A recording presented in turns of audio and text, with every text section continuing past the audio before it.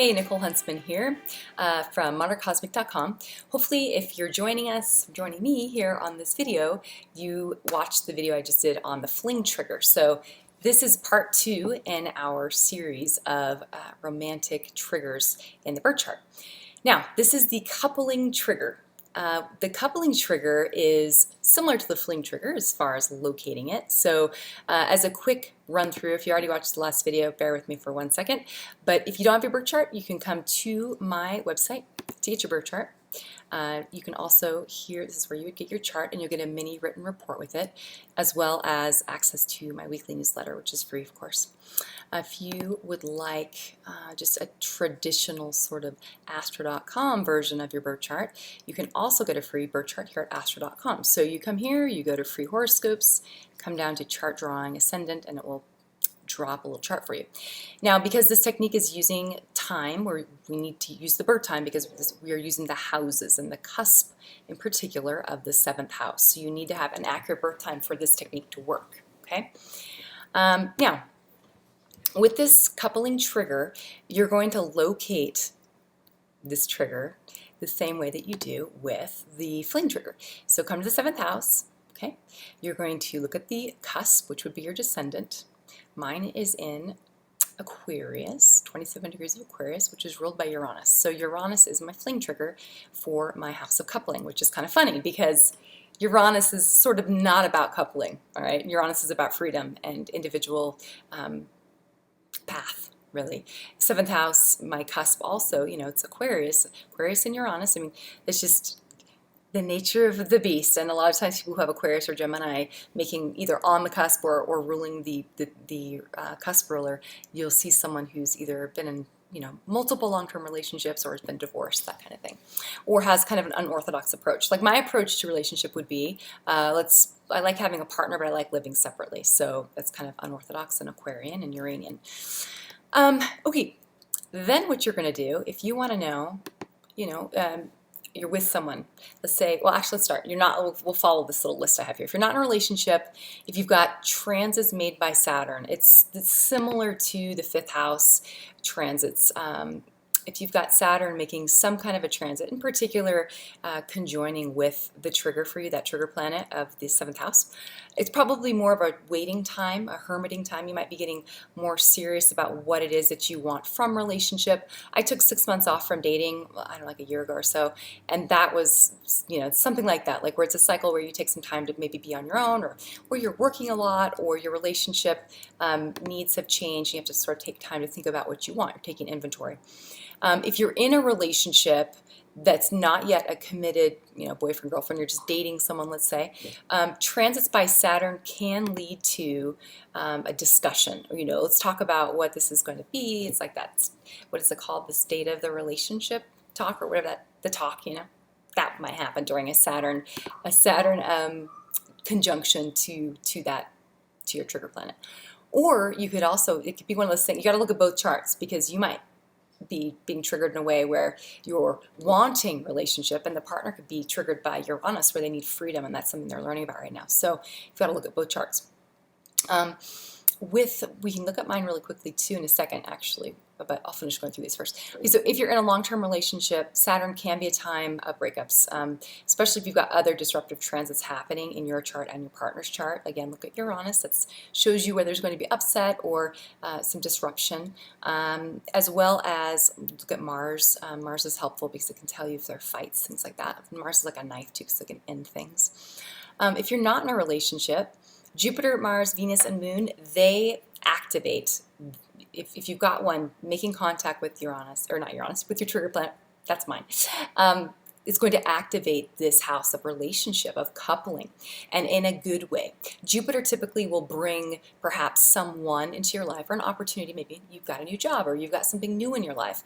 It's just this sort of lucky stroke of luck, and it's something that's growth-oriented, it's benefic, so it's not necessarily romantic, but it brings something good into your life relative to coupling. With Mars, if you've got Mars making an aspect to your trigger, then Mars could activate you to seek out a partner. You might be more interested in looking for someone. If you found someone, it could be more of a sexual playmate, even though this is the 7th house, which has more to do with our sort of equal yoking of two people and kind of compromise, and it's more platonic in a way, even though it is the house of marriage. Mars could make it more sexy. If you've got Venus making some kind of an aspect to the trigger, that could bring someone who is a romantic partner. It could be bring a romance into your life at that period of time, something pleasant to be certain. And you've got to look at, so see, this is what's interesting. You got to look at what the planet is, though. So it's not so simple as to say, you know, the cusp ruler, Venus is going to make aspect to your cusp ruler, and things are going to be happily ever after, especially if you've got a cusp ruler that's Uranus, like me, which suggests that the relationships that I'm attracted to are a little bit unorthodox perhaps, and not necessarily ones that are meant for like the long haul, I guess. So if I have Venus making some fun little aspects to my Uranus, then perhaps the time, just in general, that transit means you're interested in relationships that are freedom focused, that are perhaps where you can wave your freak flag. I mean, they're a little bit more open, a little bit more unorthodox, not the conventional romantic relationship. It can also be a time where you're not interested in maybe necessarily being just with one person. It's got this platonic vibe to it where you want to kind of love everybody, etc. So look at the actual trigger planet. What is it? How does it feel? What will happen when Venus makes, you know, some sort of transit to it, some sort of aspect with it? You know, Saturn, like with mine, for example, Saturn comes and makes some kind of an aspect to my Uranian trigger point. If I'm in a relationship, it might be a time where I feel really restless and I like want to get out. Saturn also, though, if it's conjoining Uranus, sometimes it can quiet that need for freedom. It can make you a little bit more responsible. It can make you a little bit more, you know, sober you up a bit, and not quite so all over the place. Just depends on your planet. Okay, so and also if you are in any kind of a relationship, those transits by Mars can indicate fighting. It just, again, you know, I'll use mine as an example. That Mars will shortly be coming and conjoining with my Uranus, and that's a time when I probably will physically have a lot of, it can give you a restless energy. It can give you sort of a need to just move and to go, both on the inside and on the outside. And you're going to also look at the other things that are happening, not only one single planet, but look at the whole picture. So let's just look at this right now. We'll look at mine to give you an example. So Uranus, this ruler of my seventh house. If you have someone come to you and they're trying to figure out, why can I not get married? If you look at the trigger planet, look what's going on with it. So right now we've got this Scorpio Uranus at 9 degrees, so the moon is making a fun little aspect to this today, which will be passing. That's more of a mood relative to relationship. You've got really not anything else. I do have a 4-degree, but Mars is, you know, 4 degrees of Libra, but that's not in a sign that we're concerned about. Next, we look here at Saturn, also since Sagittarius, it's over on the other side, right? So we're not really concerned about these right now. And then we come down to Neptune, and we go, oh, there we go. That explains it. You know, the reason why with relationship, I don't really know what I want, and I don't know, even if I did, I wouldn't know how to make it happen. I wouldn't know how to make it gel, okay?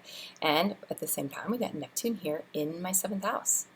So Neptune is not only in my 7th house, but it's also trining the ruler of my 7th house. It can be a time where you have some really soulful connections with people that are meant to be, maybe finishing out some soul contracts, but it's slow moving, it's Neptune, so it's more would suggest being in some long-term and a longer-term situation where you kind of don't know exactly what you're doing relative to coupling relationship, okay?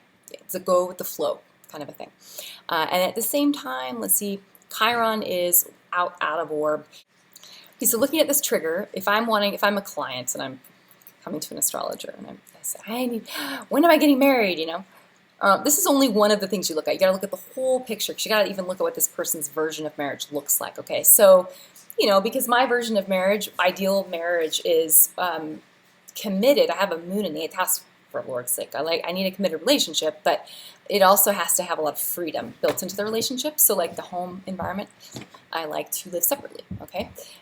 So perhaps when we've got Neptune trining Uranus right now, and over next year, we pull up the ephemeris for next year, we can see that Neptune, it's at 7 degrees, and then it approaches, so all January, February, March, it will be making an exact trine to my Neptune. So things will be not becoming any more clear, I would say. If you're wanting to know, if your main concern is when will I be getting married? When will I be getting coupled to someone, right?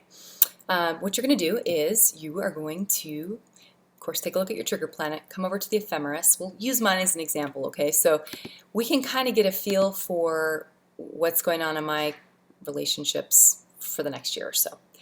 When we look and consider, we've got Neptune trining Uranus. Those two things together, would neither of those planets really have to do with solidifying anything, right? They're both, Neptune has this dissolving quality and Uranus has this instability, okay? So neither would be good foundation to build a relationship upon. So it suggests I'm not going to be getting coupled anytime soon. Also, Neptune is in my 7th house, okay? So then we pull up the ephemeris and we say, all right, well, where is Neptune next year? Neptune moves from 7 degrees in January, okay? Moves all the way up to, I believe, 11 degrees. And then it slows down and it goes, oh, it does hit 12, my bad. It goes all the way to 12 degrees, then it slows down and it retrogrades. So it's going to be, probably for me, this next spring, I will be the least clear on what I want for a relationship. Not a good time to like commit to somebody or get married when you're having this kind of a transit, by the way. And then it will go retrograde, and then towards the end of the year, it comes back again. So in the fall, see, you've got it 10 degrees. I mean, really, when it's even 11 degrees, 10 degrees. So not like I'm going to be getting married anytime soon or knowing what I'm doing with relationship anytime soon. That's okay.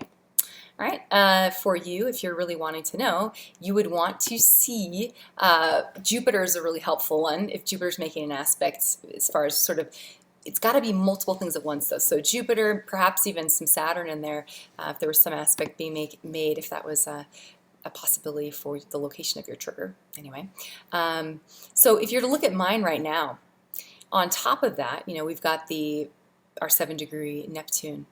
There's some other things happening in the chart that don't necessarily directly affect the trigger planet, but can sort of indicate, like for example, the moon.